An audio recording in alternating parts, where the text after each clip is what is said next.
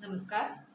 Next example is find the value of tan 225 degree plus cos 840 degree plus sin 330 degree. आता ह्याच्या values काढायच्या आहेत आणि फक्त ॲडिशन करायचे. पण डायरेक्ट व्हॅल्यूज आपल्याला ह्याच्या माहिती नाही आहेत. पण काही आयडेंटिटीज, काही फॉर्म्युलेज आपल्याला माहिती आहेत की साइन आणि कॉस ही काय आहेत, पिरियॉडिक फंक्शन्स आहेत. त्यांचा पिरियड काय आहे 2π. सो आफ्टर 2πच्या इंटरवल नंतर साइन आणि कॉसच्या व्हॅल्यू रिपीट होत राहतात, त्याच येतात वगैरे आपल्याला माहिती आहे. टॅनसाठी काय आहे, आफ्टर पाय म्हणजे टॅन पाय प्लस थीटा असेल तर पुन्हा टॅन थीटा हीच व्हॅल्यू आपल्याला मिळते. सो ह्या काही गोष्टी यूज करून आपल्याला जे स्टँडर्ड माहिती आहेत, म्हणजे जे स्टँडर्ड फॉर्म्युले आपल्याला माहिती आहेत की साइन 90 काय, कॉस 45 काय किंवा टॅन 45 काय. सो ह्या ज्या व्हॅल्यूज आपल्याला माहिती आहेत त्यामध्ये किंवा त्याच्यात आपल्याला हे कन्वर्ट करायचे आहेत अँगल आधी, आणि मग आपण त्या व्हॅल्यूज काढून तिथे फक्त ॲडिशन करायचे. सो प्रत्येक टर्म आपण कन्सिडर करूया आणि त्याची व्हॅल्यू काय आहे ती बघूया. So consider first tan 225 degree.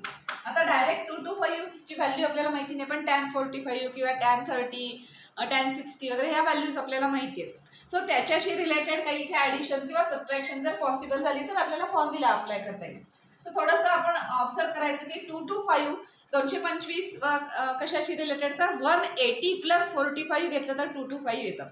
आणि टॅन 45 ही व्हॅल्यू आपल्याला माहिती आहे π/4, टॅन π/4. सो आपण हे 225 लिहिताना असं लिहिणार which is equal to tan of 180 plus 45. म्हणजे काही रॉंग लिहिलेलं नाहीये, फक्त आपण 225च्या ऐवजी इथे लिहिले. बट टॅन पाय ना, 180 मीन्स पाय. सो 180 किंवा पाय 2π वगैरे अशा फॉर्ममध्ये मग प्लस किंवा मायनस अशा ह्याच्यात लिहिता येते का आपण बघतो. So pi plus theta, tan of pi plus theta हा फॉर्म्युला माहिती आहे. Tan of pi plus theta is equal to tan theta. So हा पाय आहे त्यामुळे टॅन थीटा मीन्स टॅन 45. पण टॅन 45 म्हणजे किती, π/4 किती येते, टॅनची व्हॅल्यू 1. सो आपल्याला फर्स्ट टर्मची व्हॅल्यू तिथे मिळाली. Then second cos of 840. आता 840 हा नंबर थोडा मोठा आहे त्यामुळे फक्त पाय प्लस थीटा 2π प्लस थीटा असं येणार नाही. किती 2π नंतर किती होतात ते बघूया. 840 एक सर्कल कम्प्लीट 2π होण्यासाठी, एक सर्कल सगळं कम्प्लीट होण्यासाठी किती लागतं, तर 360 डिग्री लागतं. आता 360 डिग्री याच्यात किती वेळा येत आहेत बघूया. म्हणजे 360 36चा पाडा म्हणायचा थोडक्यात. सो 360 इंटू किती अँगल याच्यात बसतोय तो बघूया आपण. 360 इंटू 2 म्हणजे 720 येणार. सो 2 इंटू 2π असं झालं, ते 720 झालं. आणि अजूनही त्याच्या पुढे कारण 840 आहे. सो 840 म्हणजे किती, साधारण आपण ते कॅल्क्युलेट करून बघायचं की काय काय येईल. 840 मधून 720 गेला तर किती होणार, 120 अँगल होईल. 120 कॉस 120 आपल्याला फाइंड आउट करता येतं का, नाही. आपल्याला कॉस 90 पर्यंतच माहिती आहे. पण ते नंतर पुढच्या स्टेपला आपण ते कॉस 120चं पुन्हा नोन अँगलमध्ये कसं कन्वर्ट करायचं हे आपण बघता येईल. पण सध्या आपल्याला काय आहे की लेस दॅन पाय असा आपल्याला अँगल इथे मिळालेला आहे. सो काय करावं लागेल की 840 आहे त्याचं ते आपल्याला स्प्लिट करायचं. ते कसं करायचं, 840 मीन्स काय की 720 प्लस 120. मग आपल्याला कॉसचे फॉर्म्युले तिथे अप्लाय करता येईल. म्हणजे हा असंच इथे जसं केलं तसंच करायचं, पण हा नंबर थोडा मोठा आहे त्यामुळे आपल्याला 2π 4π कदाचित काही वेळेला 6π अशी पण ॲडिशन तिथे करावी लागते.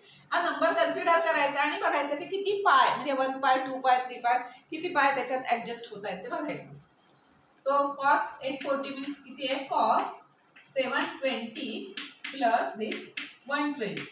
पण कॉस 720 ला आपण काय म्हणू शकतो, कॉस 720 360 इंटू 2 आहे ना, म्हणजे 2 इंटू 2π म्हणजे ते सायक्लिक म्हणजे पिरियॉडिक फंक्शन. कॉसचा पिरियड किती असतो, 2 असतो. सो 2π आफ्टर 2π आफ्टर 4π 6π 8π या सगळ्यानंतर इन्फायनाईट नंतर या सगळ्यानंतर व्हॅल्यू काय होते, तीच राहते परत.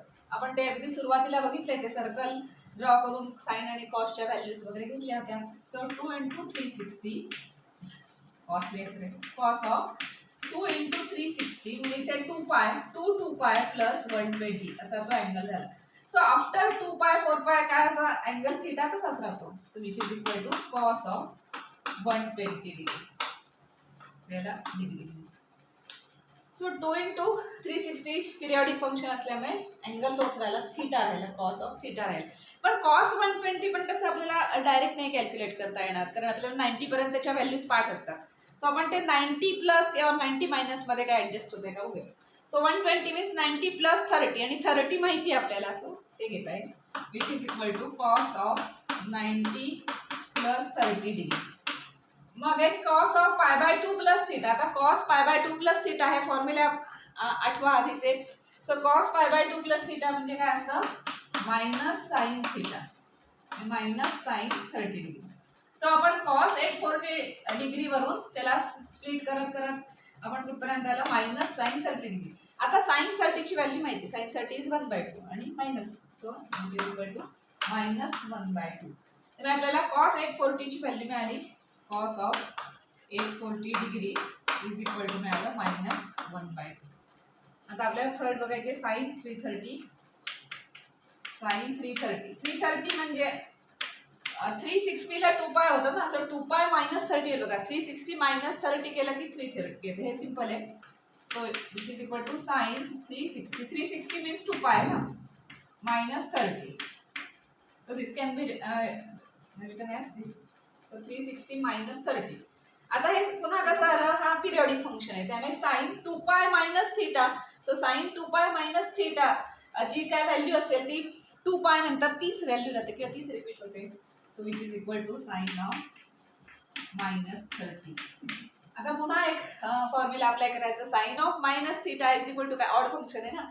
So sine of minus theta काय तर minus sine theta which is equal to minus sin 30 means minus and sin 30 ची व्हॅल्यू 1/2 आहे, सो 1/2.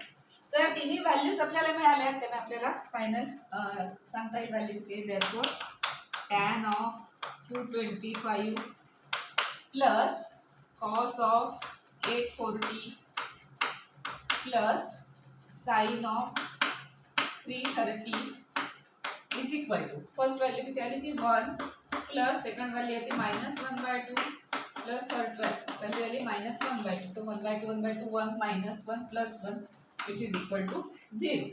सो फायनल या हे जे एक्सप्रेशन दिलं आहे त्याची व्हॅल्यू किती आली, फायनल व्हॅल्यू आली 0.